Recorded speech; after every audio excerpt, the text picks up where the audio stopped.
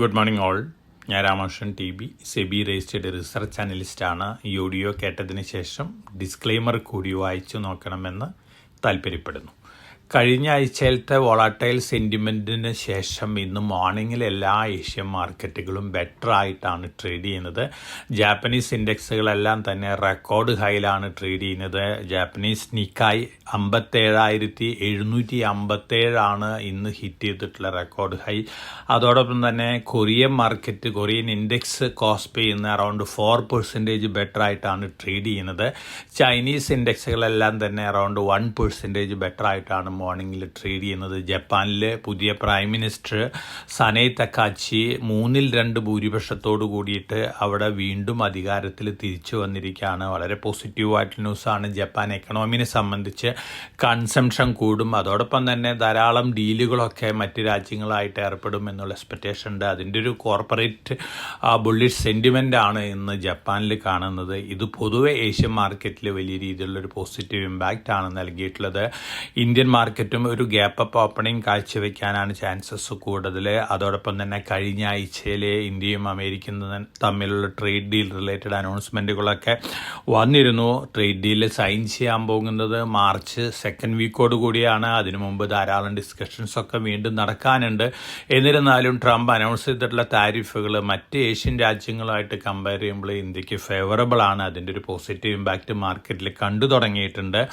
എന്നിരുന്നാലും റഷ്യയും ഇന്ത്യയും തമ്മിലുള്ള ഓയിൽ ഡീൽ സംബന്ധിച്ച് ഇപ്പോഴും അവ്യക്തത നിലനിൽക്കുന്നുണ്ട്. അതോടൊപ്പം തന്നെ ജനറ്റിക്കലി മോഡിഫൈഡ് അഗ്രികൾച്ചർ പ്രൊഡക്റ്റുകൾക്ക് ഇന്ത്യയിൽ പാർഷ്യലായിട്ട് ഒരു എൻട്രി നൽകുന്ന കാര്യമാണ് ഇന്ത്യ US ട്രേഡ് ഡീലിലുള്ളത് എന്നുള്ള ആരോപണങ്ങളൊക്കെയുണ്ട്. ഇത്തരത്തിലുള്ള ആരോപണങ്ങൾ വരുമ്പോൾ തീർച്ചയായിട്ടും ഇന്ത്യയിലെ പൊളിറ്റിക്കൽ പാർട്ടീസ് അതുപോലെ തന്നെ സംയുക്ത കിസാൻ മോർച്ചയൊക്കെ വലിയ രീതിയിലുള്ള അജിറ്റേഷൻസ് ഒക്കെ ഉണ്ടാക്കാനുള്ള സാധ്യതകളുണ്ട്. പക്ഷേ overall trade deal Indian corporate സെക്ടറിനെ സംബന്ധിച്ചും ഇന്ത്യൻ എക്കണോമിനെ സംബന്ധിച്ചും വളരെ പോസിറ്റീവ് ഇമ്പാക്റ്റ് തന്നെയാണ് നൽകാൻ പോകുന്നത്. അതിൻ്റെ ഒരു പോസിറ്റീവ് ഇമ്പാക്റ്റ് മാർക്കറ്റിലുണ്ട്. ആ ഒരു സെൻറ്റിമെൻറ്റ് കണ്ടിന്യൂ ചെയ്യാനുള്ള സാധ്യതകളാണ് കാണുന്നത്. അതേസമയം ട്രംപ് വലിയ രീതിയിലുള്ള അനൗൺസ്മെൻറ്റുകൾ അതുപോലെ തന്നെ ഇപ്പോൾ പറഞ്ഞിരിക്കുന്ന കാര്യങ്ങളൊക്കെ മാറ്റി പറയുകയാണെങ്കിൽ തീർച്ചയായിട്ടും അതിൻ്റേതായ നെഗറ്റീവ് ഇമ്പാക്റ്റും വോളാറ്റിലിറ്റി ഒക്കെ നമ്മുടെ മാർക്കറ്റിൽ കാണാനുള്ള സാധ്യതകളുണ്ട്. കമോഡിറ്റി മാർക്കറ്റിലത്തെ ഇന്നത്തെ സിറ്റുവേഷൻ നോക്കുകയാണെങ്കിൽ ഗോൾഡ് ഇന്ന് വീണ്ടും മുന്നേറാണ്. $5,020 പെർ ഔൺസിനാണ് ഇന്ന് മോർണിംഗിൽ ഗോൾഡ് ട്രേഡ് ചെയ്യുന്നത്. സിൽവർ $80.75 പെർ ഔൺസിനാണ് ഇന്ന് മോർണിംഗിൽ ഇന്റർനാഷണൽ മാർക്കറ്റിൽ ട്രേഡ് ചെയ്യുന്നത്. മറ്റെല്ലാ കമോഡിറ്റികളും ഇന്ന് മോർണിംഗിൽ ബെറ്റർ ആയിട്ടാണ് ട്രേഡ് ചെയ്യുന്നത്. നമ്മളെ സംബന്ധിച്ച് മറ്റ് ന്യൂസ് ഫ്ലോസ് നോക്കുകയാണെങ്കിൽ Q3 റിസൾട്ടുകൾ തന്നെയാണ് മേജറായിട്ടുള്ള ഇവൻറ്റ്സ് ഇന്ത്യയിൽ. Q3 റിസൾട്ടുകൾ കഴിഞ്ഞ ആഴ്ച പുറത്തു വന്നിട്ടുള്ള റിസൾട്ടുകൾ നോക്കുകയാണെങ്കിൽ ധാരാളം കമ്പനികൾ ഹിറ്റാച്ചി അതുപോലെ തന്നെ മറ്റു പല കമ്പനികളും ബെറ്റർ ദാൻ എക്സ്പെക്റ്റേഷൻസ് ആണ് റിസൾട്ടുകൾ കാഴ്ചവെച്ചിരുന്നത്. അതോടൊപ്പം തന്നെ ശനിയാഴ്ച പുറത്തു വന്നിട്ടുള്ള സ്റ്റേറ്റ് ബാങ്ക് ഓഫ് ഇന്ത്യയുടെ result much better than expectations ആണ്. ടാറ്റ സ്റ്റീലിൻ്റെയും ബെറ്റർ ദാൻ എക്സ്പെക്റ്റേഷൻസ് ആണ്. അതോടൊപ്പം തന്നെ JK ടയർ, അതോടൊപ്പം തന്നെ shipping corporation of India excellent performance ആണ് ഷിപ്പിംഗ് കോർപ്പറേഷൻ്റെ ഭാഗത്തു നിന്ന് വന്നിരിക്കുന്നത്. ഈ NSEയുടെ Q3 റിസൾട്ട് അനൗൺസ് ചെയ്തിരുന്നു. 2,409 കോടിയാണ് NSEയുടെ നെറ്റ് പ്രോഫിറ്റ് വന്നിരിക്കുന്നത്. 2,098 കോടിയായിരുന്നു കഴിഞ്ഞ വർഷം Q3. തീർച്ചയായിട്ടും NSE അടുത്ത മാസങ്ങളിൽ IPO ഡേറ്റൊക്കെ അനൗൺസ് ചെയ്തേക്കാം. ഒപ്പം NSEയുടെ IPO സംബന്ധിച്ചുള്ള പല ഡീറ്റെയിൽസും പുറത്ത് വന്നിട്ടുണ്ട്. ഇപ്പോഴത്തെ സിറ്റുവേഷൻ വെച്ച് നോക്കുകയാണെങ്കിൽ NSE IPO പ്രൈസ് അറൗണ്ട് 2,000 അല്ലെങ്കിൽ 2,250 രൂപ പെർ ഷെയറിന് ഇടയിലാവാനാണ് ചാൻസസ് കൂടുതൽ. ഇത് തീർച്ചയായിട്ടും ഗ്രേ മാർക്കറ്റിൽ NSE ഷെയറിൻ്റെ പ്രീമിയം കൂട്ടാനായിട്ട് ഹെൽപ്പ് ചെയ്യും എന്നുള്ളൊരു എക്സ്പെക്റ്റേഷൻ ആണുള്ളത്. അതോടൊപ്പം തന്നെ എക്സിസ്റ്റിംഗ് ആയിട്ട് NSE ഷെയർസ് ഹോൾഡ് ചെയ്യുന്ന ഇൻവെസ്റ്റേഴ്സിനെ സംബന്ധിച്ച് നോക്കുകയാണെങ്കിൽ IPO അനൗൺസ് ചെയ്ത് ലിസ്റ്റ് ചെയ്ത് 6 മാസത്തിന് ശേഷം മാത്രമാണ് ഈ ഷെയർ ഹോൾഡേഴ്സിന് ഷെയർ വിൽക്കാനായിട്ട് സാധിക്കുള്ളൂ. ഇപ്പോൾ ഗ്രേ മാർക്കറ്റിൽ നിന്ന് വാങ്ങുന്ന ഇൻവെസ്റ്റേഴ്സിനും അത്തരത്തിലുള്ള ഒരവസ്ഥയാണ്. പക്ഷേ ഈ സ്റ്റോക്കൊക്കെ ലോങ് ടൈമിലേക്ക് ഹോൾഡ് ചെയ്യുന്ന തീർച്ചയായിട്ടും വളരെ പോസിറ്റീവായിട്ടുള്ളൊരു ഇമ്പാക്റ്റ് തന്നെയാണ് നൽകാൻ പോകുന്നത്.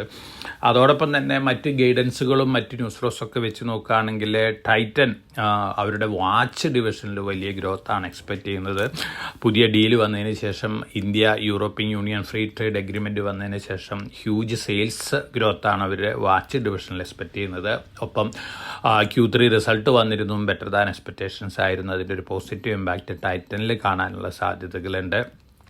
അതോടൊപ്പം തന്നെ മറ്റ് ന്യൂസ് ഫ്ലോസ് പൊതുവേ നോക്കുകയാണെങ്കിൽ ഓവറോൾ ഇന്നത്തെ ന്യൂസ് ഫ്ലോസ് എല്ലാം തന്നെ മാർക്കറ്റിനെ സംബന്ധിച്ച് പോസിറ്റീവാണ്. അതേസമയം കഴിഞ്ഞ ആഴ്ചയിൽ ആന്ത്രോപിക് AI കമ്പനി അനൗൺസ് ചെയ്തിട്ടുള്ള AI ടൂള് കോവർക്ക് തീർച്ചയായിട്ടും ഭാവിയിൽ സാസ് കമ്പനികളെ വലിയ രീതിയിൽ ഇമ്പാക്റ്റ് ചെയ്യാനുള്ള സാധ്യതകളുണ്ട്.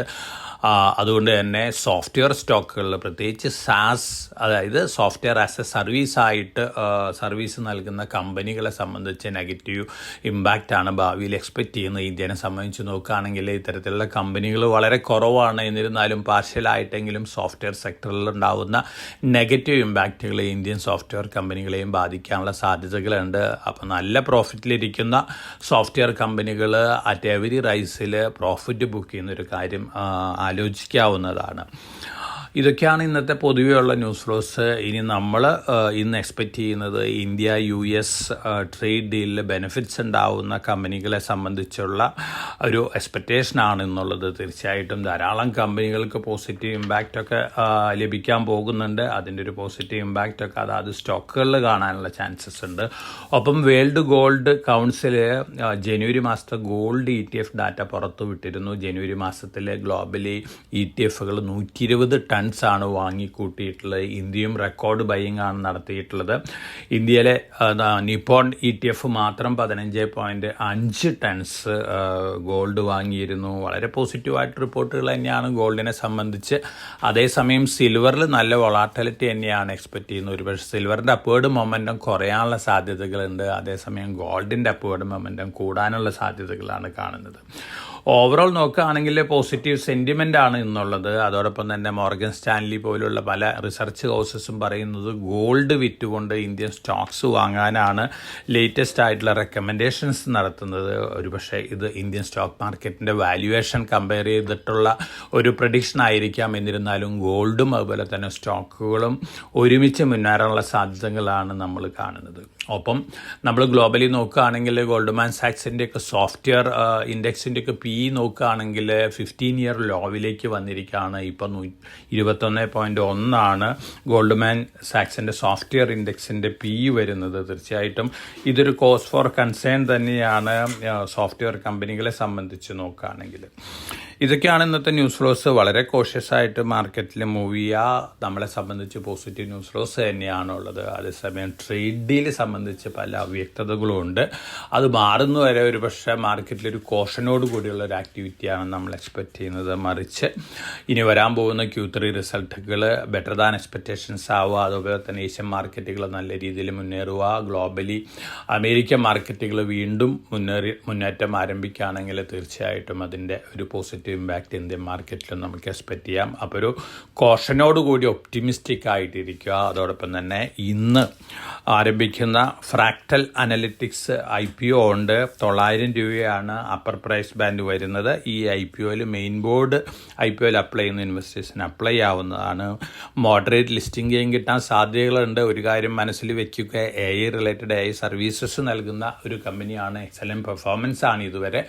ആന്ത്രോപിക്കിൻ്റെ പുതിയ AI ടൂള് എത്തരത്തിലുള്ള നെഗറ്റീവ് ഇമ്പാക്റ്റ് ആണ് ഇത്തരത്തിലുള്ള കമ്പനികളിൽ ഉണ്ടാക്കാൻ പോകുന്നുള്ള ഒരു കാര്യം നമുക്ക് കാത്തിരുന്ന് കാണണം. ഒരു കാര്യം തീർച്ചയാണ്, ആന്ത്രോപിക് AI ടൂള് കോവർക്ക് വലിയ രീതിയിലുള്ള ഒരു ഡിസ്റപ്ഷൻ തന്നെയാണ് സാസ് സെഗ്മെൻറ്റിൽ ഉണ്ടാക്കാൻ പോകുന്നത്. അതിൻ്റെ നെഗറ്റീവ് ഇമ്പാക്റ്റ് സോഫ്റ്റ്വെയർ സെക്ടറിൽ, എൻറ്റയർ സോഫ്റ്റ്വെയർ സെക്ടറിൽ കാണാനുള്ള സാധ്യതകളുണ്ട്. അപ്പോൾ ഈ കാര്യം കൂടി മനസ്സിൽ വെക്കുക. അപ്പോൾ IPOയിൽ അപ്ലൈ ചെയ്യുന്ന ഇൻവെസ്റ്റേഴ്സിന് കൺസിഡർ ചെയ്യാവുന്ന ഒരു IP ആണ് ഫ്രാക്ടൽ അനലിറ്റിക്സ് ലിമിറ്റഡ്. 900 രൂപയാണ് അപ്പർ പ്രൈസ് ബാൻഡ്. എല്ലാവർക്കും നല്ലൊരു ട്രേഡിൻ്റെ ആശംസിച്ചുകൊണ്ട് ഞാൻ ഇന്നത്തെ പ്രീ മാർക്കറ്റ് കമൻറ്ററിയോട് അവസാനിപ്പിക്കുകയാണ്. Thank you.